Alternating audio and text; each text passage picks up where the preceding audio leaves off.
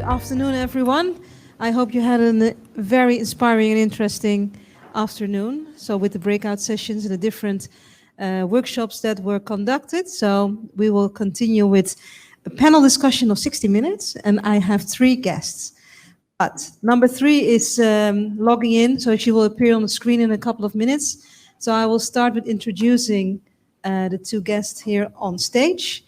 I will start with Marguerite. And Marguerite is, she always put a smile on my face because I know that I can call her anytime if I have an issue, and she will be there to help me out. But Marguerite is the chairwoman of Aon, which is an international insurance company, and you do more than that, I guess. She's also the chairwoman of Topvrouwen.nl, which is a large association here in the Netherlands that basically is working with the government to make sure that we have a database of women who are able to step up in leadership positions and board positions. I know that your husband is a pilot. I know that you don't cook, but you do the laundry. So that's a division that you made at home. So that's good. Anything else that you would like me to share about you? No, I think you've made a very nice introduction, Sheila. So what's there more to add? Nothing, no, okay, great. Then we have Jeroen, and Jeroen is our male, I almost say candidate for today, but he's our male panelist for today, working at Coca-Cola. He is the chief, I will call it the chief commercial officer. Can I call it like that? I think that's an inflation of my job title, but please, oh, then I will take it back to HR and see what they say. Okay, well, you're very important in the Coca-Cola company, but you're basically overseeing all the field sales activities and employees of the Coca-Cola organization. You have children as well, right? 1 child living in Arnhem.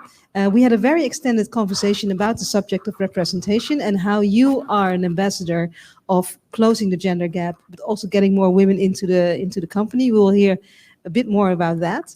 But I would like to say welcome, because I think you are the first guy live on stage here. So you're the... Somebody has to be the first. Somebody has to do it. Yes, you can applaud. Yes, absolutely. Great. So we were waiting for Rhonda Osha. She will join from Belgium. She's a director at MasterCard. Also one of the only women in that company, had a very interesting journey regarding her own leadership position over there.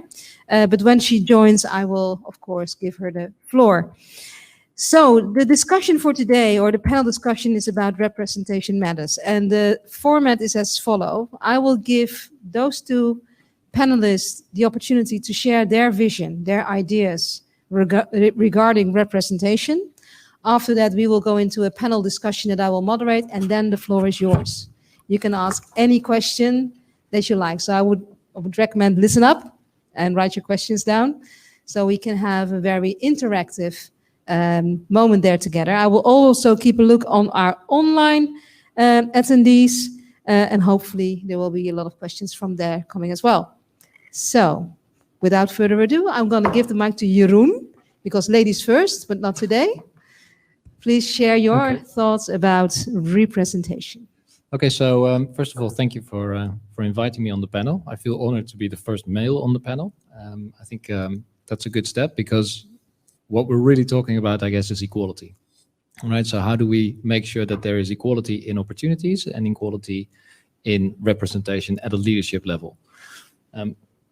I'm sitting next to one of the top leaders in that respect. So some things are going well, but not everything is going well. So I think that the question was, what do we do? And what is my perspective on that? I think, first of all, you can't really address this topic of females in leadership without also looking at men in leadership positions. Because if you want to change something, ultimately, it's likely there's some resistance, right? So you need to engage everybody to talk about this subject and to bring advances. If I look at what we're doing, so at Coke, I think that we have a decent percentage of females in leadership positions. And the way that we measure that is we look at senior manager and up, so that's a job grade, and we're at 36%. We think that's not enough. So at least our North Star is at least 40% in 2025. Now, in order to do that, we still need to take steps. And I guess the first thing that really struck us when you sort of put that North Star out there is, why is it not 50? Right? The simple truth to that is you have to fire men. That's probably not the best engagement strategy to start with, but we do want to make steps. And I guess that if I look at my own team, we've made those steps, but it also comes with really difficult conversations because people feel that they are no longer in the loop. And I guess you need to be honest that sometimes that's the case. And that's a very difficult conversation because we also have a legal counsel and he will not readily agree with me when I say that. But I guess that if you want to promote something that occasionally means, and potentially just for a short period of time, that you are not doing something else. And that's just it. And I guess when I look at this topic, and you addressed it, so I have a 7-month-old baby girl. And what really struck me is, why would she need to start one step back from somebody else who has the same possibilities? So if she would have the same capabilities as I would have, so imagine, I hope that she's better. And my ambition is to reach a certain level. Why would she not aspire to reach that same level if that's what she wants to do? So I guess for me, if I can do something to increase the opportunities and to reach that level of equality, at least within our own company, and then the good thing about Coca-Cola is we have a bit of a reach, right? So we have a platform to share. We can start to do that. And one of the things that we've done is to increase parental leave. So partner leave in the Netherlands, there's a new law coming into effect. I think it's in effect. So you can take 5 weeks of extra paid leave, but you get a decent pay cut from the government.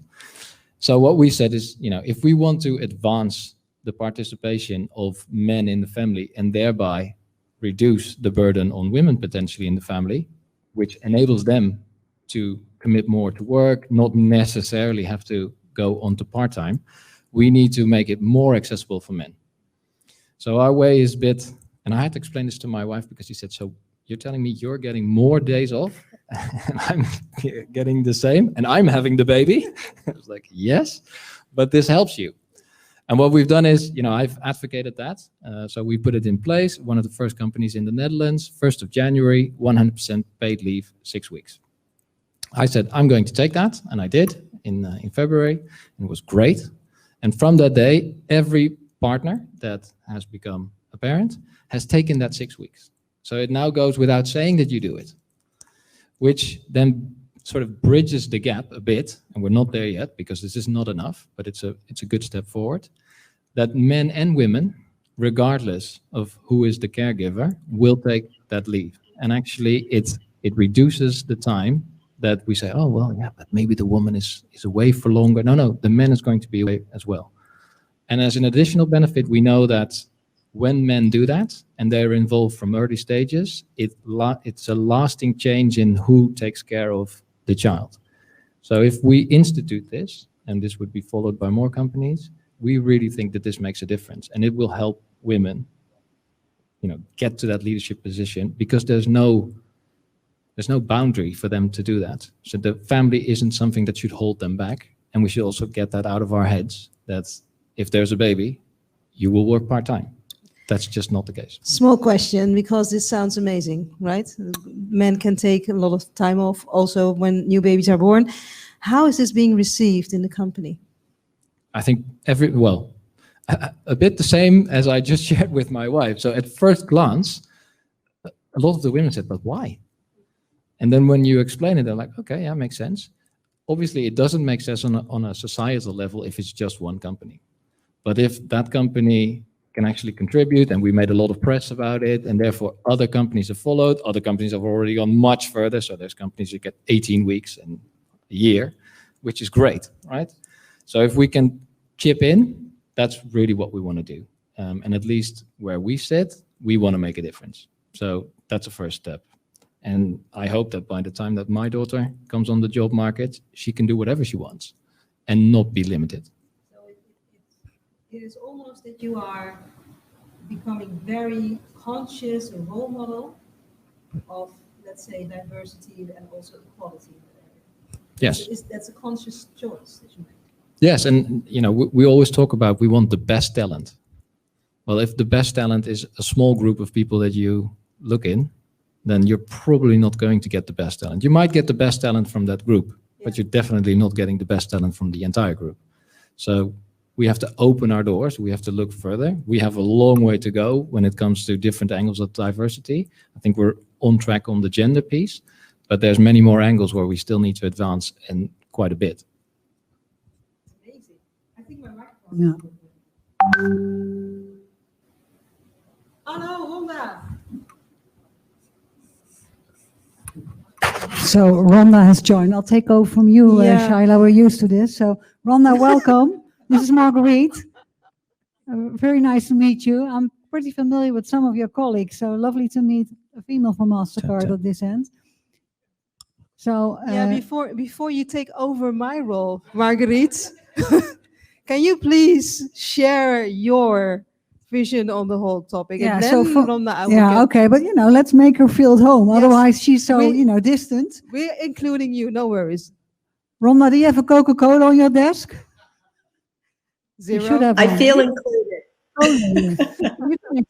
So nice to meet Jeroen. Jeroen actually is a colleague of Sigrid Verwij, and I want to mention her name. Sigrid used to work for the VNO-NCW, and she actually was in charge of communication. She now works for Coca-Cola, and she's been one of the persons in the Netherlands who's been extremely prominently driving diversity and inclusion at the VNO-NCW levels, for which I'm really grateful. So what's my stance on representation? For me, it's very simple. It's important because if we talk about your company or any company, you would like to make sure that you represent the customers who are buying your products. If you're buying a product where you don't feel like it's representing your norms or values, I'm not really comfortable. In addition, so for me, there are your aspects on changing men for women. I actually would like to say, Coca-Cola, make sure you grow and you become bigger so you can give equal jobs to anyone, So that's the economic value for a company like If I Coca-Cola. look in your fridge, are you helping me or are you? Yeah, definitely. I'm not going to make any more commercials here. So back to because we're going to have some fun conversations here. It's late in the afternoon in the Netherlands, and this is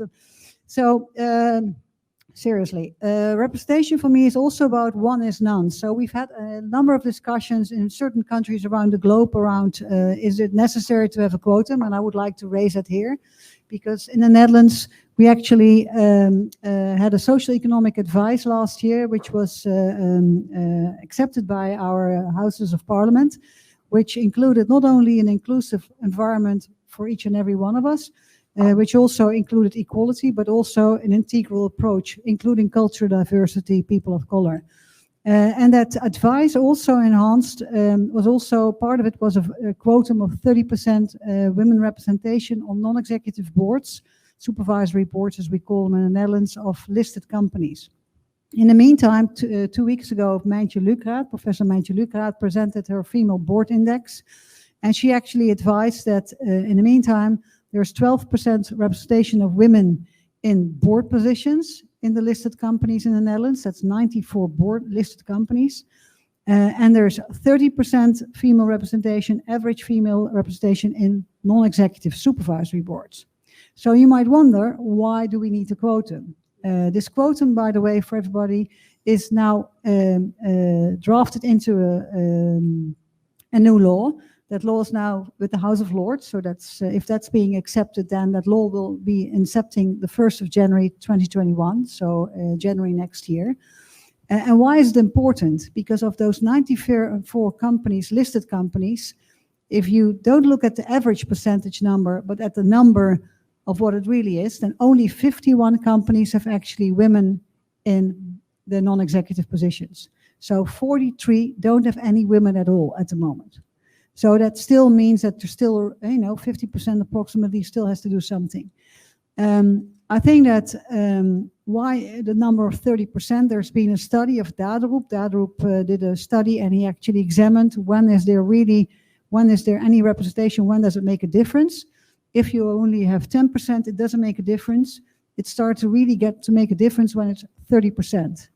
And I always say one is none. The reason why is because if you're the one female in a board of 10, then even if you make your voice, if your voice is being heard, it doesn't mean it's being accepted. And what do I mean with that? That it's one, to make your voice known and to raise your voice, but two is, do the other 9 people on your board really listen to what you see? Do they receive the messages you're giving? And if it's 3 out of 10, then the impact is actually measured by Dado. So yes, so representation matters in that respect. Well, that is a lot of statistics, and that basically proves the fact that this subject is absolutely something that we need to discuss in a broader audience, of course. But first, before we do that, we're going into Rhonda. Hi, can you hear me? Yes, okay, great to have you on the panel. Thank you. Yeah. As I mentioned before, Rhonda, you are from Brussels or Belgium. You're originally from the US. You work for MasterCard. As you mentioned in the roundtable for C-level executives, we're not making cards, we're just issuing the licenses. And that is a very good addition there. So we had a conversation before as well for the preparation for this panel. And one of the things that stuck with me personally was always make sure that you have a good source and put your name on it. And I will give you the floor to share what you meant with that. Well, I think that whenever you do a piece of work, it is really nice to work in a group, but I think that you still need to be recognized for what you do. And I just noticed that a lot of times, a lot of my women colleagues, they take the back seat.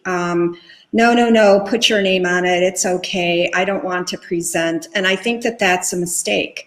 I think that it's important for my female colleagues to also be present, to be, let's say, accounted for, and to have their voice heard. And since I work in global teams, one of the things I do is we do a lot of digital projects, and although it's mostly in the Nordics, my team can be from anywhere, is I also encourage them to speak up and to put their name on the work. If you do the work, make sure that you're recognized for it. And I think that that is just one of the ways that we start closing that gender leadership gap, is we need to be able to be seen, heard, and recognized. And I think to some of the things that we discussed in the previous discussion, it's a sense of belonging. When you feel that you belong, and this is cultural, it's different in each country, maybe even each office in each country. When you have a sense of belonging, you feel empowered, and when you feel empowered, then you can speak up, and you are able to rise in the company. And I think that that's very important to do. And a lot of my female colleagues come and tell me, yes, but there's really not an opportunity maybe to rise and lead or to rise and shine in the role I'm in. I said, well, do something externally then. Do something with, it could be a charity, it could be an organization. And I mean, you know, everyone is looking for volunteers now. And if you say, well, I've never done that before, well, there's always a first time, and you've got a lot of people to help you. So I think that that's also a way to build up your, not only your confidence, but your skills in being able to do things that are outside of, let's say, your regular work, your day job. And that allows you to take those skills and bring them into MasterCard and to really reach your full potential. Thank you, Rhonda. Very much appreciated. Yes. So I was thinking about the fact that you mentioned that you know, you have, because I see a question here coming up, and it triggered me. So going back to Jeroen, you now have parental leave for men as well.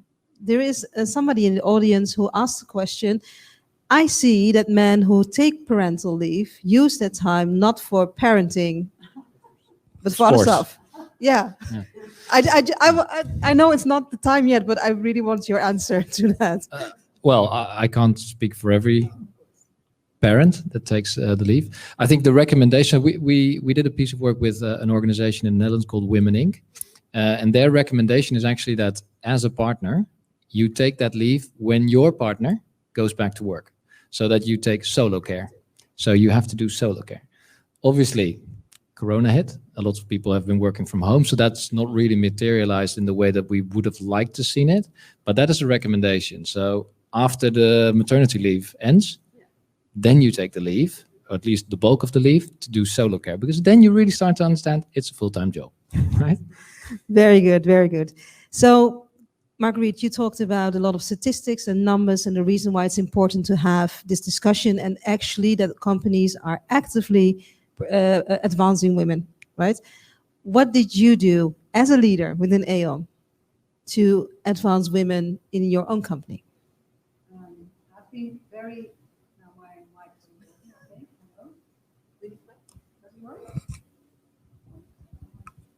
Yeah, this is work. Yeah. Okay, so I'll take it from here. So first and foremost, I think that what Jeroen was just referring to, just to follow up on what you were saying, I think it's extremely important not only to appoint women to female executive positions, but also to take a very close look at the strategy of diversity, equity, and inclusion as a whole in a company. And one of the aspects which you can actually address is paternity leave, but some others are also how do you actually select people coming in after university? Do you have a selection committee which is equally divided by men and women, so that both sexes have a fair chance to be selected? Goldman Sachs actually has decided to simply hire 50% trainees, women, 50% men. They've also took a very close look at the selection committees. And the reason why I'm mentioning this also, leave for women. Are you able to feed your children or your baby at work if that's possible, or kolf, as it's called in the Netherlands, or breastfeeding? So there are a number of things which you need to take a look at as a company, which actually allow women to be themselves whenever they work in your company. I think that's extremely important. So your question, what did I do myself? So I've been from a very young age in Aon, I've been involved in diversity and inclusion. I actually entered in the insurance world in 1990 and worked some years in London. And I discovered that, especially in the broking field, which I'm active in, Aon as a risk advisor in risk, retirement and health. But in that world of broking, there are more males than females. So when I came back to the Netherlands in 1996, I actually, Aon bought the company I was heading in 1997. And that was already when I discovered this. So I actually founded some initiatives in Aon where female and male executives were able to participate. I was also a member of and the chairman of the Global Women's International Network. But back to what Rhonda was saying, and I really liked that, Rhonda. I had some time, I actually felt like, I was doing this and I was raising myself and rising and leading in the organization, but felt that some of the generations after me were taking it for granted. And so there's one thing that your company is actually actively putting a diversity strategy together, which I think is extremely important. The tone of the top is important. But the second thing is also something we should also call out ourselves. What do you do yourself to rise and lead to the occasion? And there's also a responsibility in each and every one of us as a females. If you want to rise to the top, you should make an effort to get to the top. And that's not only doing your job excellently, but it's also take a look, how can I raise to the levels to where I want to be? And that can be on different ways. And Rhonda, you accelerated on non-profit. I actually was, I indeed did some activities next to my role at Aon. So from a very young age, I became a non-exec at Madurodam, which happened to be in The Hague, Honda. So if you're ever here, you should visit it. It is a miniature city in The Hague, which represents all of the nice buildings in the Netherlands in mini. So it was really my first mini non-exec role, but it gave me some very good tools and it learned me a lot. I was doing that with a really, with some very respectable people. That's, this former CEO of Heineken. So I really learned a lot during that time over there. After that, I took a role as within the ALS Foundation in the Netherlands. And again, I was able to develop some skills which I also developed them in Aon, but somehow if you do it elsewhere, you're able to, you're able to learn, and you're also able to fall down and you're standing up again. And it gives you skill sets, perseverance, which you can use also back into your own company. Yeah, that's a great advice. Absolutely great advice. Rhonda, would you like to share something about what did you do in the company of MasterCard?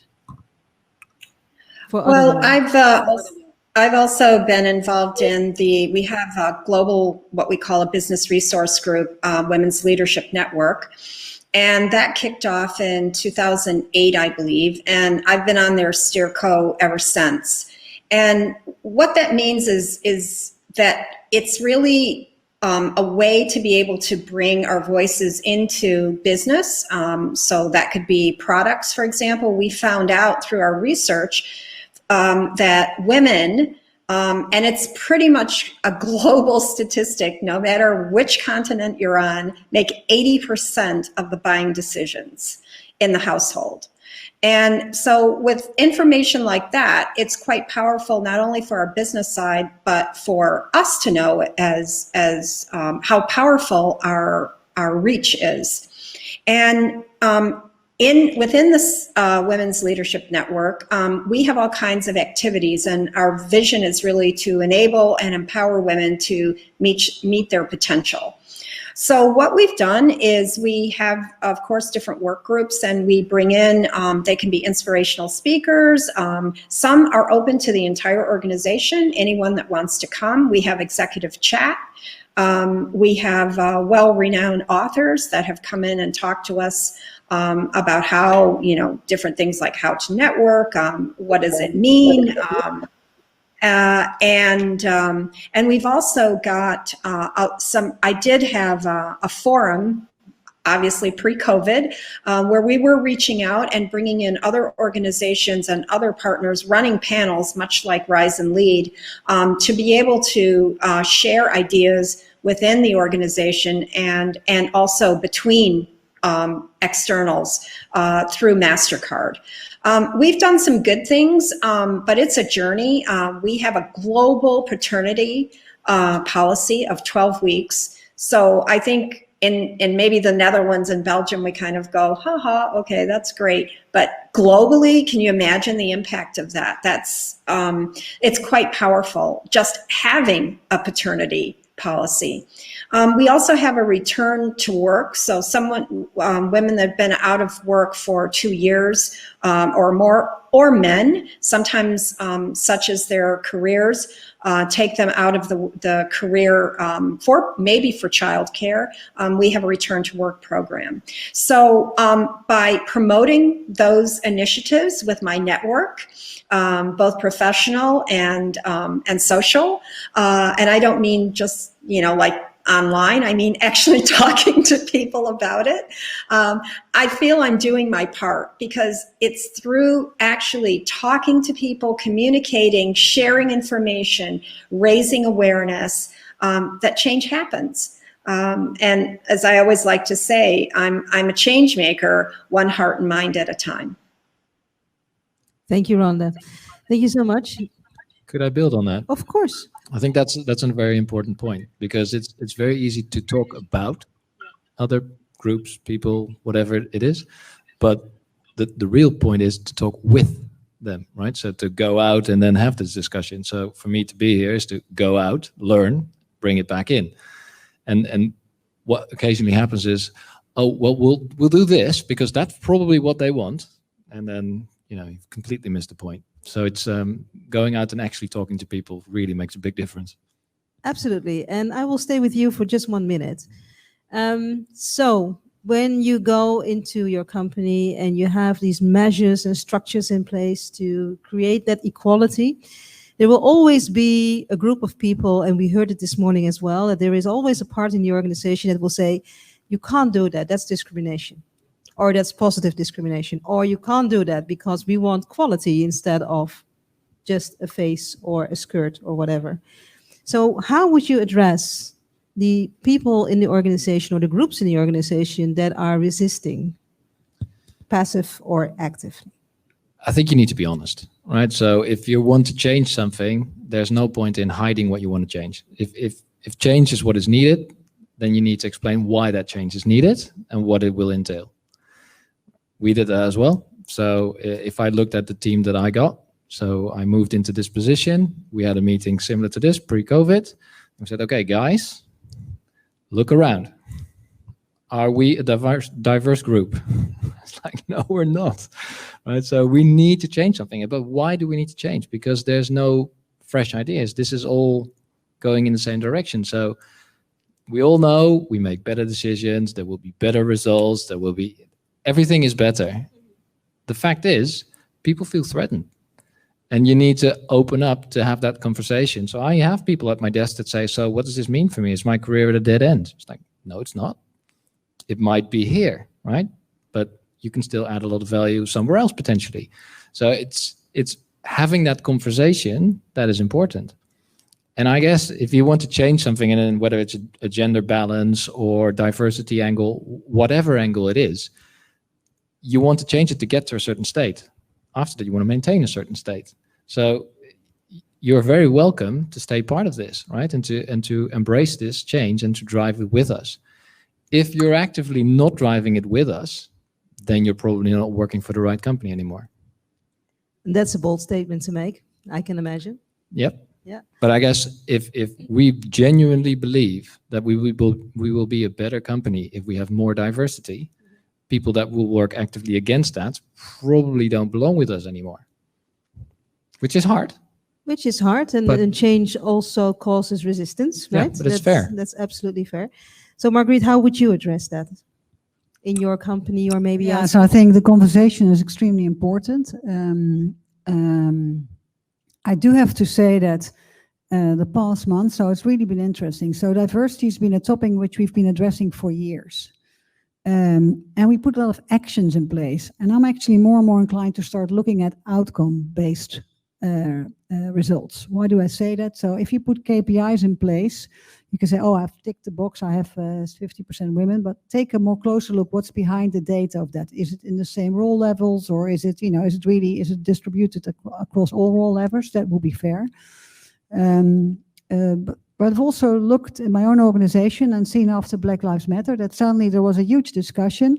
It really has impacted the organization as a whole, and it made them really, it was a wake-up call around what's going on around the world. And interestingly, if you take a look in the Netherlands, it's not only Black Lives Matter in the Netherlands, we also have Moroccans, Turks, from the Suriname, from the Antilles, from you name it. I think for me, what's really important is, I think that a company should represent, if you're now graduating from university, I really truly see that the kids who are graduating are really taking a look, is that company representing the norms and values I'd like to see represented. If that's not the case, you have an issue. And I always call out another statistic, which I do like to call out. I think that if you take a look at the S&P lifespan of companies, it was 15 years ago, that was 67 years. So companies were in place for 67 years. It changed into 15 years. And with the past months, with COVID-19, but other also complex, the increasingly complex operating environment for all of us, whether it's COVID, whether it's geopolitics, whether it's climate change, whether it's you name it, regulatory circumstances, it requires you to really act fast and to make sure things are really changing. And back to what Ronda was saying, it is about making that change happen, and that's not happening by talking about it, but it's really by doing the walk. And then you need to look not only at KPIs, which definitely I'm also in favor of, but also take a close look, is it really happening? And is the culture of a company changing, not only the quantitative numbers, but also the qualitative organization? And are the behaviors changing in the firm itself? And back to changing the behaviors, that indeed requires candid conversations from time to time. And I think that's important to have them. But back to those people who were initially not so much engaging diversity, which we've had also in my company, and suddenly they are, because it's also politically correct. Let's also be honest about this. It's now politically correct to do that. And then I was looking at it, okay, how do I feel about this? So I have two reactions. My feelings are genuine. Is that person authentically believing that this is the right thing to do? not completely sure. Maybe he shows, as somebody said yes to me, as apparent sincerity, which is like then, okay, he knows it's the right thing to do. Compared to others who genuinely believe that this is important. I've learned to accept those converted in the organization. I know, they are converted because it's politically correct. So be it. But, it makes a difference because at least they now understand what this is about. And, I think that from time to time, I feel like if you would put them in a room as the minority and make them feel really like the minority, you're sitting here today, Jeroen, and you're more or less the minority together with some more men in the room, by the way. But if you make them truly feel themselves a minority also, and maybe you can stage it from time to time cleverly, but then maybe the change will also start to happen why they genuinely have to convert, not only politically correct, but also genuinely have to convert. If you want to make the world truly a better place, you really need to make sure that everybody is included. That is, I absolutely agree with that. Sometimes you need to, maybe it's the wrong phrasing, but sometimes you need to force something in order to make it a habit or even genuine, as you call it. Yeah, just to add on that, Shaila, what's really important is that if you truly want to make a change, you need some change makers who do push into directions that you see, Jesus Christ, that's really extreme. And you might be looking like, what's going on? But those people actually trigger a discussion or a dialogue. And I hope that it will be a dialogue. So I hope it won't be a confrontation, but I hope it will be a dialogue so that you actually discover together what's really going on and why is that person perceiving things the way he does or she does. And how can we change it? Rhonda, I see you're smiling when Marguerite was mentioning the change makers and the pushers. So anything you would like to add? Yeah. I was just thinking this in terms of technology. It's very similar. The way that people accept change is very different. There's those that are the early adopters. So let's say you have a major change in a company that needs to be done, diversity, inclusion, new benchmarks, and you mentioned Black Lives Matter. That was picked up globally. And MasterCard, of course, has addressed those. And we had something called an open circle, and it was a global call-in, and it was basically where you could ask any question, you didn't have embarrassed or ashamed. It was a safe place, and so there are the ones that are. There are early adopters to change. They see it coming and they start changing already. There's those that are maybe the fast followers. They say, oh, they've changed. Oh, maybe I have to change too. And then those resistors, okay? The ones that really, they really don't want to change at all. Now, there's a certain percentage that they just take a little longer. Okay, they can come along, but they may take a little longer. And then there's those that really don't want to change and will never change. And it depends. Are they going to poison the organization? Are they going to be a hindrance to everyone else moving forward? That's what needs to be evaluated. And those evaluations are through behaviors. And when you're in a room and you see everyone else behaving in a certain way, and you're the only one that doesn't behave that way, doesn't that make you feel uncomfortable?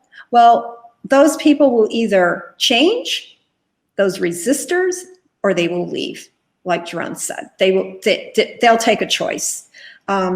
Because, I've seen a lot of changes in MasterCard. We were actually an association many years ago.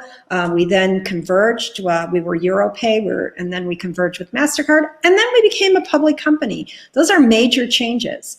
We're in another major change, but it's not just MasterCard. It's the whole world that is changing. But I see it as an opportunity. It's a great opportunity to change some things that we've always wanted to change, that we've always said, why can't we do it faster? Well, look how fast we got to be able to work from home, right? Almost overnight for some companies. How can we do flex work? How can we be able to do maybe even job sharing to allow more flexibility within companies? How can we address environment and climate? How can we address sustainability? And these are opportunities for us. So I think let's just keep the conversation. Let's make people feel that they're in a safe place for this change, because some change at a different pace than others. And let's continue to move forward. Let's not lose the momentum. Thank you, Rhonda.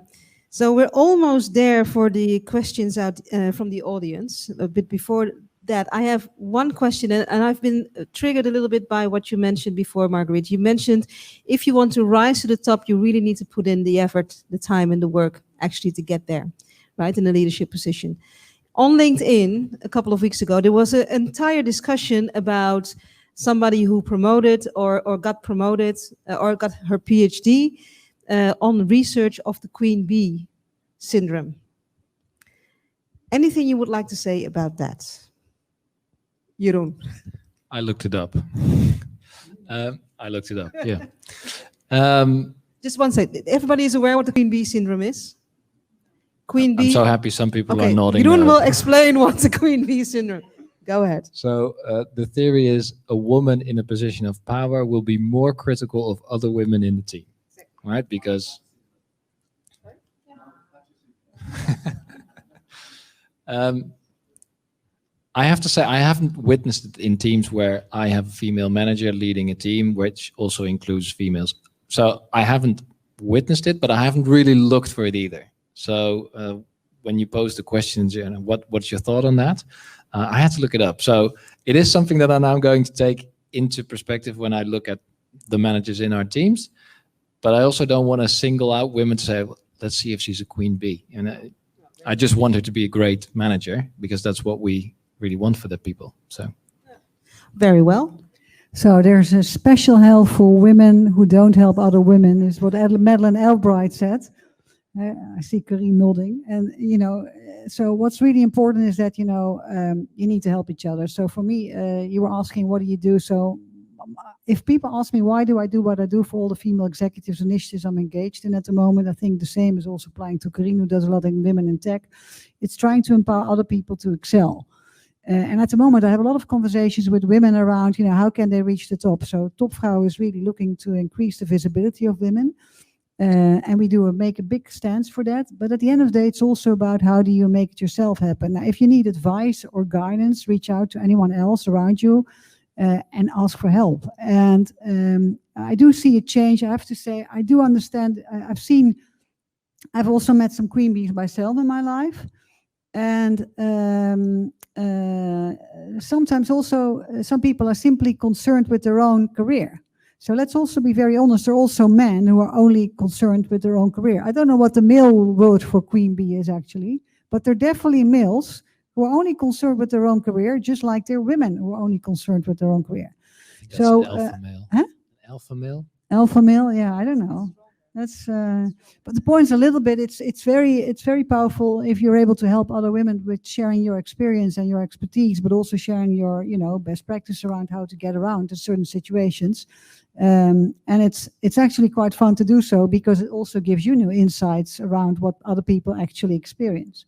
So yeah, what's so more to say? I hope that the queen bee levels is really going to drop down now, because that's politically incorrect. If you're a queen bee, you're definitely politically incorrect. Yeah, leave out the bee part, right?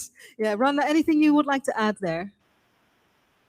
Well, I just listened to a webinar last week by an author called Michelle King, and she wrote a book called The Fix. And she did 7 years of research about gender equality and things like that. And one of the things she said is that actually it's leadership and organizations that need to be fixed. So if you have a queen bee in your organization, it means that there's something wrong with your leadership or with your organization. And these are labels that are put on women. Some I can't say on air, but ice queen, queen bee, she's difficult, she's nasty. These are labels that are put on women that are really unjustified. And if those labels are being used in your organization, it means that there needs to be a behavioral change. There needs to be a cultural change, and there needs to be better leadership to eliminate that type of behavior and that type of, let's say, labeling, because it is really destructive to an organization. A queen bee or an alpha male, command and control is basically the type of leadership we're talking about, is not what we need to go forward for the future. We need more collaborative and we need more inclusive leadership to be able to face the challenges of today and tomorrow. Well, thank you so much. So the last question to the three of you, what is it that you would like to advise to the women here, but also online, about advancing their career? So stepping up into leadership positions or go for the role that might seem, very hard to reach. What is it that they can do? Or would you say stick with what you have always did? That could also be the advice. But do you have any advice for women? And I will start with. I was dreading this question because this is I like know. the men telling women what to do to advance. I guess in general, regardless of gender, I think if you want to advance, one of the things is put in the time, put in the effort. If you really want to get to certain levels, you also need to realize it comes with a certain commitment. So if you're willing to do the commitment, then I think it's very, very important to advocate what it is that you want to do. So be very clear and be very vocal about what is your ambition, what are the gaps that you still need to fill. So for instance, do extra activities to make sure that you filled that gap, to be the logical choice for that next step. So be sure that the people that are ultimately deciding on who's moving into roles know about your ambition. That's very good advice. I can totally echo your remarks, Jeroen. In addition, make yourself visible. So don't only do your work well, because a lot of women manage their career fantastically from doing their job excellently. And Matt Busby from Manchester United, the former icon from Manchester United, always had strive for excellence, but strive for perfection, but settle for excellence. So also be realistic around that. Don't try to be always the perfectionist, because it just holds you back from doing a lot of things more. Create your own visibility. Don't expect others to do that. You can actually expose yourself, whether you use social media, etc., to make sure that people know that you're skillful. So don't only manage your career in the company you work. Don't only manage your family at home well, because all the career women I've seen have done that perfectly, but somehow they were never visible in the ecosystem in which they would like to grow. So if you want to make yourself more visible, you need to take a look. Okay, how do other people see me? So instead of only taking the inside out look, take also an outside in look. And if nobody would know you now, how would they look at you? If they look you up at the internet, what's known about you? Is there anything on the internet? And those kind of things you need to take a look at. Last comment, and this one is really something which is also have guts. For God's sake, ladies, have guts. If you're being called to show up in a television show or on a radio, don't worry about your makeup or your hair or how you look. If you have the guts to show up, then you can, you're there for your content. And we see a lot of women actually taken back from doing those external appearances, which are really important to become visible. And I've, Sheila, myself, we've gotten used to it. But I'm actually now a person, when I get called, I've been called on some reports I was just referring to. The radio station called me, BNR called me at 2 o'clock, and asked me, Marguerite, can you come and on the radio live at 4:30? And tell us about this report. And I said, I can come on the radio live at 4:30. What report are you talking about? I haven't seen the report. So I sent them, okay, send me the report. And then, of course, you need to be able to do that. But I was able to do that. I actually read that report in the 2.5 hours between the radio broadcast and my appearance there. And then I gave my vision. The point's a little bit, you're not always able to do this. I was able to do this time-wise given my daily job at the time. I was actually driving with my husband to a holiday, for a few days holiday in Twente, So I said, you keep on driving and I'll be reading. But the point is a little bit, do they have the guts to do those kind of things? If you take a look at women in general, there's a lot of criticism on radio and TV stations that they say they don't like to appear. Even if they're being called, and they are being called by radio and TV stations, they simply say, no, I don't think I can do this, not sure. If you don't try out, you will never learn how to do it. Agree, absolutely agree. Rhonda, some closing remarks here from you? Yes. I like the Richard Branson philosophy, which is say yes more than no. You'd be surprised at what you'll get invited to do. And also get a group of people that you trust around you that can give you some very honest feedback. And we're not talking just in the professional circle, but people that your good friend that can tell you how you're appearing when you are making a point, for example. When are you giving an argument that makes sense? Are you speaking too much or not enough? Those are the type of things that are really lifetime skills. Being able to communicate, having a presence, a persona, and being able to get your ideas across clearly and precisely. And then having ambition.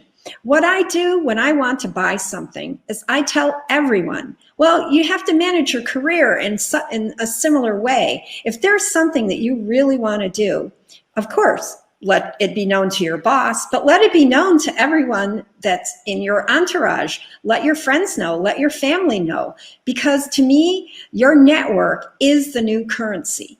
It is the way that you can find the job of your dreams. And so you need to communicate and tell people, what do you want? What do you want to do? And just let it be known. And I think those are really they're very simple things that can be done, but you have to work at it every day. And yes, you have to put the work in, but you have to let your work be recognized as well. So I call it the elevator pitch. You're in the elevator with the CEO. Hi, I'm Rhonda.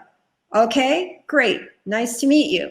He's thinking, what have you done for the company? You got to have a 5-10 second pitch of what are you working on? If he turns to you or she turns to you and says, what are you working on?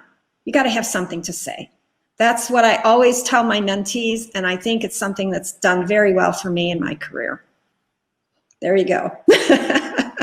Thank you so much. Great advice.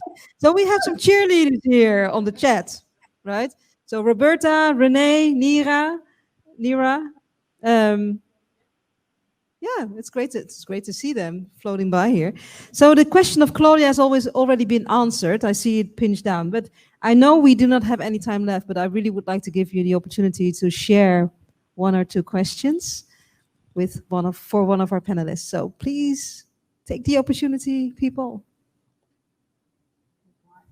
I'll tell you, Rhonda, I really like your remark, say yes, not no, from Richard Branson. And I love your network is your new currency. That's a really nice quote. Yeah, it is. It's very true. It's absolutely true. It's absolutely true. Anyone, you can ask anything. Question, when we're talking about women and when you're talking about human beings, sometimes what I feel is if you're going to promote women to say 50% of jobs, and some of them are going to be either inadequate or fail at their jobs. I think, how do you get over this and say, okay, a woman can fail, but you don't say that women can fail? It's like with men, like football managers, if you're Jose Mourinho, you fail, it's okay now, because he's got a track record and people like Yeah. him. I think, How do we change that? Yeah, to say that, okay, a woman's in a position and she felt okay, she for whatever reason she could do it, but Yeah. that's just how it And- is. and- Not and- every woman will be successful. And don't blame the entire woman population basically for failing. That's your question. Who wants to answer the question? Yeah. So we've seen some examples in the Netherlands where a female, very high-profile exec left a bank, and she was chairman of the supervisory board, and she was crucified. And to an extent, her female leadership skills were really exposed in a negative manner. So it's not only about, it's also about how the press takes some things. I think it's for all of us that, somebody can be successful, somebody can fail.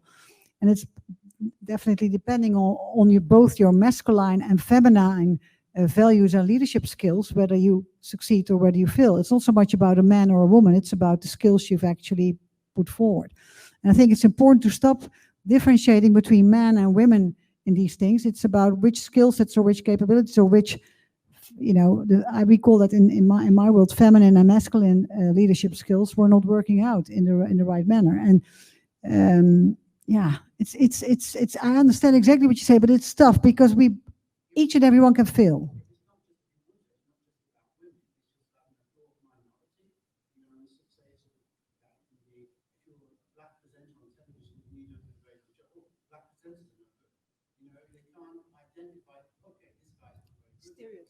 Yeah. Stereotyping, yeah, and that's really don't. It's the same. So, like when we say that Queen Bee, like we don't have a word for that, but that also happens to be men. Yeah. Yeah, unfortunately, the social media play a very important role in this because they always will showcase the extremities in order to make the point. On the other hand, the extremities always also enable us to have a discussion because we might agree or we might not agree. So, but I think that we should, it's about the qualities a person displays, and if that's not the right quality, whether it's whatever, let's call it those qualities, not whether it's he or she or a cultural diversity or a minority or whatever. But somehow, I think also media plays a role, unfortunately, sometimes exaggerating situations like this. Agree. Conversations like this, raising awareness of the impact of the language that we use. It's all of us that use this kind of language, right? When we generalize a gender or a race. So I think if we're raising the awareness and having these conversations, that we don't victimize an entire population because of one bad egg. So that's where it will start, and media will pick it up. But I think these conversations help us. We'll take it home to our families, to our colleagues. So I think that's where it starts. Very wise. Thank you so much. So before I will get thrown off the stage here by the lady in the corner, I would like to say thank you, Marguerite. Thank you, Rhonda from Brussels. Well, a little Thank city you. close to Yeah, thank you. It was great having you. Yes, Thank and you. we'll see you back in a couple of other panels as well. Marguerite, it was great to talk to you again. Let's chat next week. Okay. So, and one thing I want to finalize with, so don't only talk about diversity, inclusion, equity. So if you don't have the same salary paid as your peer, go out and talk about it.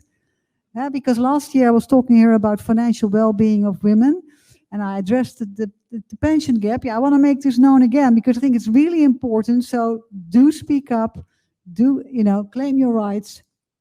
And if you don't do it, you can do it in a very gentle way, but it's the time is now to act.